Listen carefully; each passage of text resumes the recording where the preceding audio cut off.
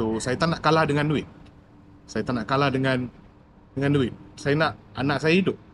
Simple. Saya tak nak menyesal kemudian pasal aku bukan orang berada, anak aku mati, anak aku meninggal. Tak nak. Saya tak nak perasaan tu. Okey, Mr. Selva, boleh cerita sikit pasal anak punya sakit? Okey, anak saya daripada Harshita Sai. Okey, anak saya ni dia ada sakit jantung. Nama dia kalau nak pergi nama saintifiknya, nama medical dia lah.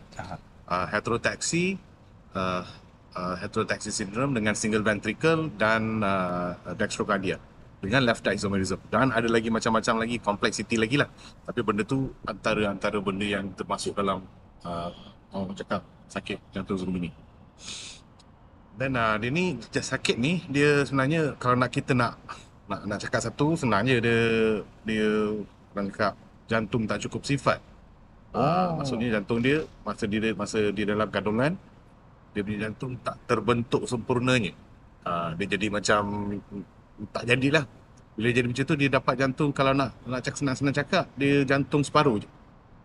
Misal kata macam orang biasa, kita ada 4 orang cakap injap 2, tapi ada 4 macam bilik lah. In out lah. Okay, tapi yang ni dia ada atas dengan bawah je.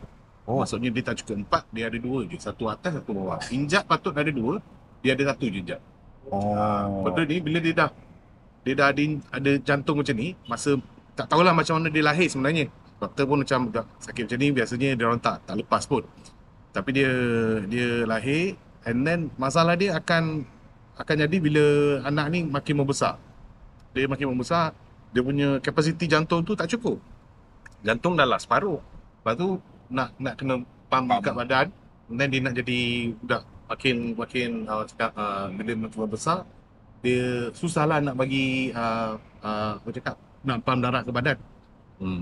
So lama-lama dia punya jantung akan mula membengkak. Sebab overwork macam tu lah. Overload lah. Okay, faham. Jadi sekarang Harshita umur dah 9 tahun kan? Lepas sekarang.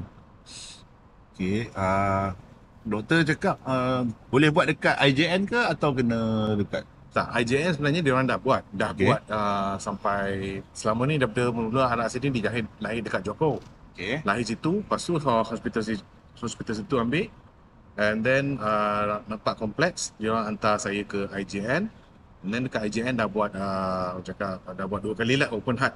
Dah buat 2 kali open heart surgery. Dalam 2 kali tu pun memang dia orang dah usahakan yang terbaik lah. Memang first time buat okey, second time buat pun okey. Cuma masalah kategori budak sakit macam ni, dia lain sikit. Kita tak tahu, kita tak boleh predict apa akan jadi. So, bila dia orang dah settle semua, dah cantik lah, tiba-tiba dia punya kadar oksigen dia makin menurun. Bila oksigen menurun, saya mau bawa balik ke situ, orang rasa kita dah buat. So biasalah budak-budak yang benda jantung macam ni, benda ni tak boleh predict. Jantung macam ni memang tak ada dalam buku pun. Okey, benda yang tak, dia orang punya normal practice tak ada lah. Tak ada lah. So bila jadi something macam ni, dia orang boleh usahakan daripada pengalaman yang ada kan. Bila dah buat macam tu, then dia orang rasa okey, nampak macam kompleks sangat. Alright, so that's when saya mula cari second opinion. Okay, second opinion ni bila cari memang susah lah kan. Bila benda lahir dalam 10,000 seorang je kena macam ni. Kalau heterotaxy kadang-kadang 4 million seorang je lahir macam ni, ada pula. So bila benda macam tu, nak cari hospital ataupun kepakaran tu bukan senang. Bukan semua orang boleh buat. So that's when cari terjumpalah dengan community heterotaxy ni dekat media sosial. Dan saya pun contact lah dia orang. Parent lah, group parent. Tanya dia orang, cakap banyak kes macam ni dekat hospital sini. Then only saya contact hospital Boston, hospital kanak-kanak Boston dekat USA. Lepas tu tanya dengan dia orang, minta second opinion, dapat peluang email dengan doktor pakar dia. Dia pun check, dia pun tahulah apa benda yang nak ni. Benda ni memang ada, kita boleh buat gini. So dia cakap dia boleh memang ada prosedur sakit macam ni lah, ada cara buat dia lah. So that's when I dapat second opinion, and then nak proceed ke situ. Situlah. So besok hari ni kita akan cuba bantulah untuk dapatkan sedikit fund apa semua kan daripada dengar kita orang semua. Then hopefully secepat mungkin then bila tu agaknya kalau contoh dah cukup fun, Ah. bila cepat mungkin yang boleh? Pasal apa fun dah makin baik kita mula dapat dah. And then saya tak nak lah macam diorang bagi tarik yang jauh-jauh pula. And then saya dah mula contact diorang dalam 2 hari lepas dapat email, dah bagi tahu, dah cakap lagi dengan email bila boleh saya ke situ. Dia cakap mungkin dalam bulan 5 atau bulan 6. And then saya pun minta jugalah janganlah sampai bulan 6 ke, ataupun kalau boleh akhir bulan 4, at least dekat sikit. Pasal apa, benda ni anak saya ni okey sekarang ni stabil, tapi benda ni dia slow je makin merunduk, makin jatuh lah dia punya keadaan kesihatan tu akan slow. Dia bukan benda semalam macam ni, esoknya jatuh tu tak. tak ada lah. Dia ada lah, dia slow je dia punya ni. Tapi benda tu memang ada situ. Masalah tu akan tanpa berhentinya ada pengurangan oksigen, and then dia punya paru-paru makin rosak, orang cakap lah. So and then masih dalam nak dapat data tarik tu. And then mungkin saya akan buat virtual conference dengan doktor situ dalam 10 hari bulan untuk diorang. Untuk kita 11 hari bulan. 11 hari bulan 11 hari ni. tiga. So dia nak tanya dengan dia, dengan keadaan anak saya begini, boleh sampai bulan 5 atau bulan 6 ke, ataupun kita nak secepatnya mungkin. Okey. Jadi bagaimana pula Mr. Selva ada check dengan boleh tak anak terbang? Naik flight. Itulah. Itu pun saya nak check dengan Doktor ni lah, yang conference ni lah, kan? Yang conference nak tanya dengan dia. Nak tanya dengan dia penerbangan okey tak, pasal apa dengan kadar oksigen dia macam ni kan, bila kita naik ke atas Takut lagi ni kurang, kan? takut kurang lagi. Okay, tu. Tapi ada juga yang berpendapat bagi tahu kalau boleh kita boleh buat macam biasanya ada doktor yang uruskan air ambulance. Air ambulance Air ambulance, tapi mungkin bukan air ambulance lah. Mungkin ada kelengkapan yang macam bawa nak sekali sakit, dengan fly mungkin bawa oksigen tank ke, mungkin lah. Tak pasti lagi.